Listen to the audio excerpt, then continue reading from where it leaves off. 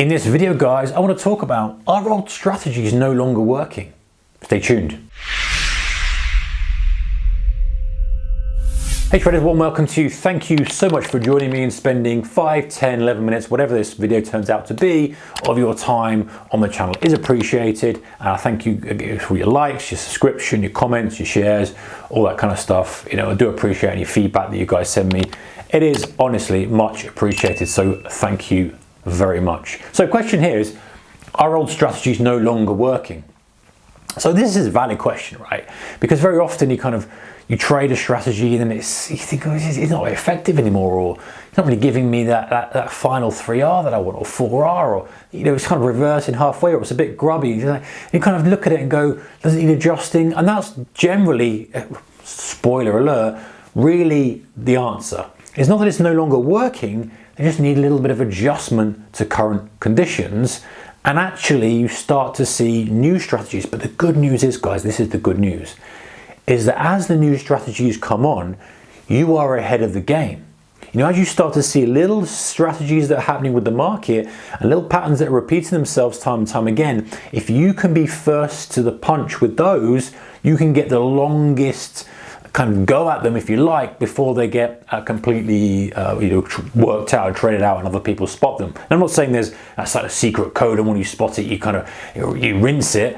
It's more a case of, hey, I've noticed this little subtlety with the market I'm trading, and it seems to be working quite well. Reasonable consistency, and the downside is quite low when it's not working. Okay, well, just keep doing it, keep doing it, keep doing it, keep doing it, keep doing it. So anyway, our old strategy is no longer working. So let's look at some of the classic examples, right, and some modifiers. Anyway, let's think about the flag strategy. So flag strategy, kind of pretty much bread and butter stuff, and it's always going to work because, well, the broad concept is going to work. I'm going to talk about the nuance in a moment. The broad concept is always going to work because it's supply-demand imbalance. Bang!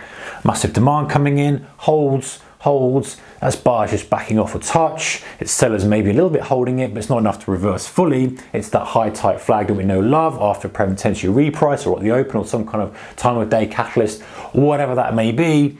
The pure concept, because you're trading in the auction process, is that, especially if we've, like I say, there's a catalyst there, you've broken, it's a volatility breakout, it's a range expansion, all these other things, it's fresh money coming in, high tight flag, great, tick, tick, tick, tick, tick, all the boxes are great, I love them, I know you guys who trade them specifically do well on them anyway.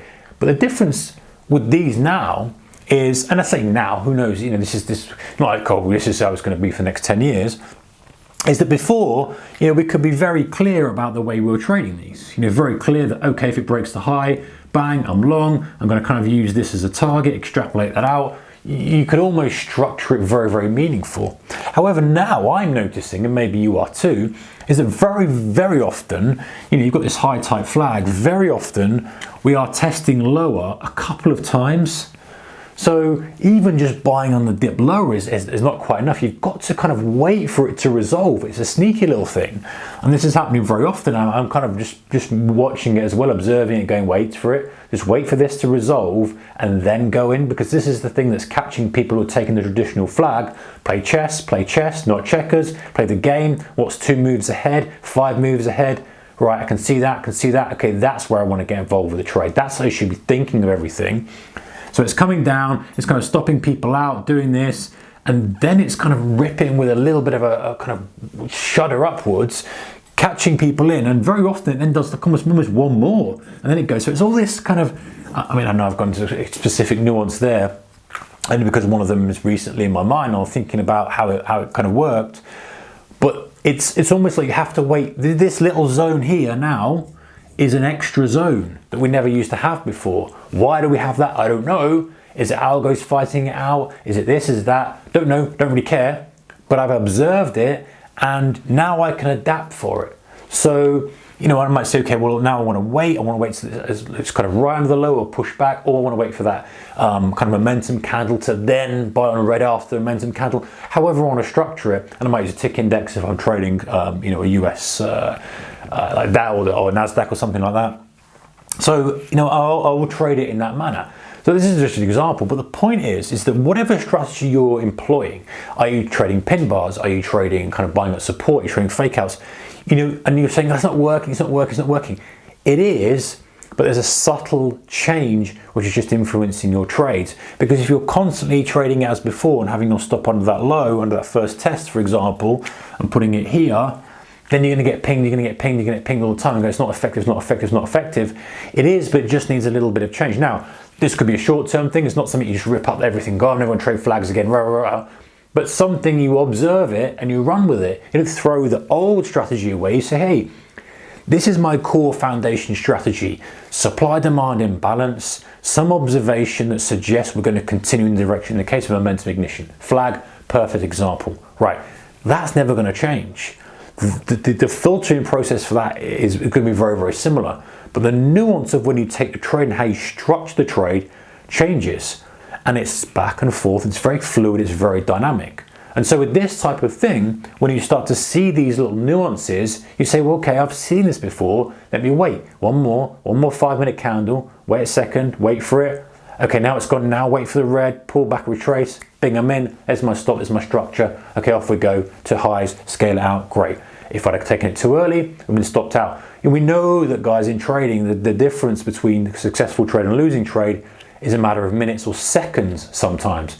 So whilst this is a very specific, nuanced example, the point I want to make is that these strategies will be here forever because they are based on human behavior and supply and demand structure. Unless the whole structure changes and it's not an auction process in the market anymore, these will be here forever because we get the euphoria, we get the greed, we get the urgency, the price urgency, the time urgency, all that kind of stuff. But the nuance of how you actually execute the trade as a short-term trader, you and I, short-term trader, trying to get the smallest, shortest stop possible within reason without getting pinged out so we can get the most size on the deal possible so we can make the most amount of money out of the trade. That's ultimately what we're trying to do. We make the mistake sometimes having it too tight and getting pinged, and traders do that, or too wide and the structure's all wrong. That's by the by. The point of the thing is to observe and become an expert at that little area. So that area, and say, hey, yeah, I know I want to be taking that there, but actually I've seen this do this a couple of times to me. I've seen it do the opposite. Let me wait. So whatever you're trading head and shoulders, you're trading pullbacks, you're trading pin bars, whatever. Is there something else? Is there that X zone, if you like, right in the middle, right before as you're about to take the trade, that's just changing? One month it's doing this, next month it's doing that. And so aligning with that, being one step ahead, being observant, not too strict, not too structured with your filtering, a little bit more flexible with the triggers. You've got some kind of guidance, but hey, you're saying a little bit, wait, whatever it may be. So are the old strategies no longer working? Quick answer, they are still working. However, I think at the moment, there's subtle nuance that needs to be accounted for, and you need to kind of look. Whether it will last forever, who knows? And is it just a one-off kind of thing that we see and we go back? Who knows? And again, this is a specific example. Whatever you're trading, if you think it's not working, is that based on an old strategy that was working, there's probably a little tweak somewhere. Go back, print off your charts, have a look, pin them up on your board, look around and go, right, look at all these. Okay, what's the common denominator here? That's interesting. Right, now how can I adjust my trading rules to accommodate that? Great, off we go. Let's move forward. Let's get another 30 days under the belt. Let's see how we go. All right, guys, take care. See you next one. Bye-bye.